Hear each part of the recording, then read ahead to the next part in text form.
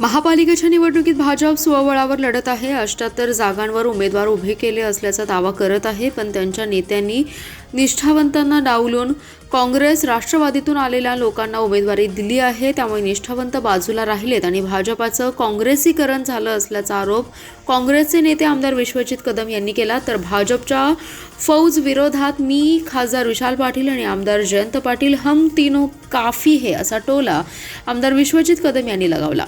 प्रभाग क्रमांक 15 मधील काँग्रेसचे उमेदवार मंगेश चव्हाण, फिरोज पठाण, सोनल पाटील आणि स्मिता यमगर यांच्या प्रचारार्थ सिंधी समाजाची बैठक आमदार विश्वजित कदम यांनी घेतली. या बैठकीला खासदार विशाल पाटील, राष्ट्रवादी शरद पवार पक्षाचे नेते जयंत पाटील तसेच निरीक्षक शेखर माने, शहर जिल्हाध्यक्ष संजय बजाज, उमेदवार मंगेश चव्हाण, फिरोज पठाण, सोनल पाटील, स्मिता यमगर उपस्थित होते. यानंतर विश्वजित कदम यांनी पत्रकारांशी संवाद साधलाय. ते म्हणाले, भाजपकडून स्थानिक स्वराज्य संस्थांच्या निवडणुका लांबणीवर टाकून प्रशासनाच्या माध्यमातून भ्रष्ट कारभार सुरू केला होता. त्यामुळे अनेक विकास कामांवर परिणाम झाला. आता भाजपला सत्तेतून बाहेर काढण्याची वेळ आली आहे. महापालिकेच्या निवडणुकीत भाजपकडून स्वबळाची घोषणा केली होती. आम्हाला 78 उमेदवार मिळाले नाहीत असा आरोप भाजपकडून केला जातोय. पण भाजपने स्वबळावर हे 78 उमेदवार उभे केले नाहीत. भाजपच्या निष्ठावंतांना उमेदवारी मिळालेली नाही. काँग्रेस, राष्ट्रवादी काँग्रेस, शरद पवार पक्षाकडून मिळालेले आयते उमेदवार यांनी निवडणुकीत उभे केले. त्यामुळे भाजपचे काँग्रेसीकरण झालं असल्याचा आरोप आमदार विश्वजित कदम यांनी केलाय. भाजपच्या प्रचारासाठी मुख्यमंत्री आले होते, आणखी काही मंत्री देखील येणार आहेत यावर विचारले असता विश्वजित कदम म्हणाले, महापालिकेच्या निवडणुकीसाठी भाजपचे अनेक जण प्रचारासाठी येणार आहेत, पण त्याचा काही उपयोग नाही. मी, राष्ट्रवादी शरद पवार पक्षाचे नेते जयंत पाटील आणि विशाल पाटील हम तीन काफी है असा टोला त्यांनी लगावलाय. तर मग तुम्ही पाळलेला आहे, राष्ट्रवादी सोबत तुम्ही युती करून आता निवडणुकीला सामोरं जात आहे, पण भाजपने सोबळाचा नारा दिलाय, तिथं मित्र पक्षांना सोबत घेतलंच नाही. हे आता किती हास्य चाललंय महाराष्ट्रामध्ये. पुण्यात काय चाललंय, पिंपरी चिंचवडमध्ये चाललंय, ठाण्यामध्ये काय चाललंय, कल्याण डोंबिवलीमध्ये काय चाललंय, तुम्ही सगळे पाहताय. आज रोज महायुतीच्या राज्याच्या सत्तेत बसलेले लोक किती एकमेकांवर आरोप करतायत, म्हणजे किती खालच्या दर्जावर आरोप चालू आहेत आपण बघताय. कुणाकुणाची निष्ठावंतांची कशी शेवटच्या क्षणाला तिकीटं कापली आणि किती लोक आज खुद्द त्यांचे जे जुने कार्यकर्ते होते ते किती चिडलेले आहेत. आणि म्हणून लोकांना आज ह्या सगळ्या म्हणजे एकीकडे तुम्ही रोज मांडीला लावून मांडी बसायचं कॅबिनेटमध्ये आणि दुसरं महानगरपालिकेमध्ये रोज आरोप पण करायचे, हे लोकांना काही पटलेलं नाही. लोक मला वाटतं महानगरपालिकेच्या मतदानाच्या दिवशी त्याला चोख उत्तर देतील. या निवडणुकीत बाहेरून आलेल्या लोकांना दिलेले आहेत आणि भाजपचे निष्ठावंत नाराज आहेत. नाही, चांगलं आहे. म्हणजे भाजपचं काँग्रेसीकरण झालंय असं म्हणलं तर हरकत नाही, कारण अनेक काँग्रेसच्याच कार्यकर्त्यांना त्यांनी घेऊन तिकीटं दिलेत आणि म्हणून त्याचं आत्मपरीक्षण भाजपने करावं आमचं काही म्हणणं नाही. आणि म्हणून बाकी तर काय त्या ठिकाणी मी बोलणार नाही.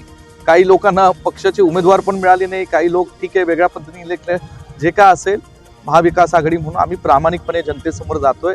आहेत ते कार्यकर्त्यांच्या आणि लोकांच्या जीवावर आम्ही ही निवडणूक लढणार आहोत. अजितदादा आणि भाजपचे नेते एकमेकावर कितीची लढाई तर वाटते का? तेच म्हणलं ना, कॅबिनेटमध्ये एकमेकांना मांडीला मांडी लावून बसायचं आणि निवडणुकीच्या मध्ये काय तुम्ही आरोप एकमेकांवर करताय, म्हणजे हा खेळ मांडलाय का? लोकांची फसवणूक चालू आहे का? आणि लोकांची फसवणूक चालू आहे ते लोकांना आता लक्षात आलेलं आहे की कुठेतरी ही महायुतीतली नेते नुसते आपल्याला खेळवत आहेत. महाराष्ट्राच्या जनतेला हे खेळू कोण शकत नाही. महाराष्ट्राची जनता जागृत आहे. मला खात्री आहे की 15 तारखेला मतदानाच्या माध्यमातून त्याला चोख उत्तर दिलं जाईल. ठीक आहे. बैठका चालू आहेत, रॅल्या चालू आहेत, तुमच्या सभा सुद्धा चालू आहेत. तुम्ही असाल, विशालदादा पाटील असतील, जयंत पाटील साहेब असतील, ते तिघच तुम्ही या मैदानामध्ये आहात. मात्र समोरच्या बाजूने पाहिलं तर अनेक राज्यातले दिग्गज नेते या ठिकाणी आले, मुख्यमंत्री येऊन गेले. आता अजितदादा पवार 9 तारखेला येतात. सांगली महानगरपालिकेची निवडणूक जी आहे ती सांगली, कुपवाड, मिरज या शहरातल्या नागरिकांची, लोकांची निवडणूक काँग्रेस आणि महाविकास आघाडीसाठी लोकांनी हातात घेतलेली आहे. त्याचं कारण म्हणजे ही खरं सांगली महानगरपालिकेची निवडणूक असो या महाराष्ट्रातल्या इतर महानगरपालिकेच्या निवडणुका असो, या अनेक वर्षांपूर्वी व्हायला पाहिजे होता. 5 वर्षाची कार्यकिर्दी अनेक 3-4 वर्षापूर्वी संपली होती. पण जाणीवपूर्वक राज्य सरकारने, या महायुतीच्या सरकारने प्रशासक नेमले आणि प्रशासकाच्या माध्यमातून तिथे त्या शहरामध्ये मोठमोठे ठेके काढून, अनेक मोठमोठे टेंडर काढून भ्रष्टाचाराचा उत्माद त्यांनी केलेला आहे. हे लोकांना आता कळलेलं आहे. विकास तर काय झाला नाही, विकास रखडला गेला.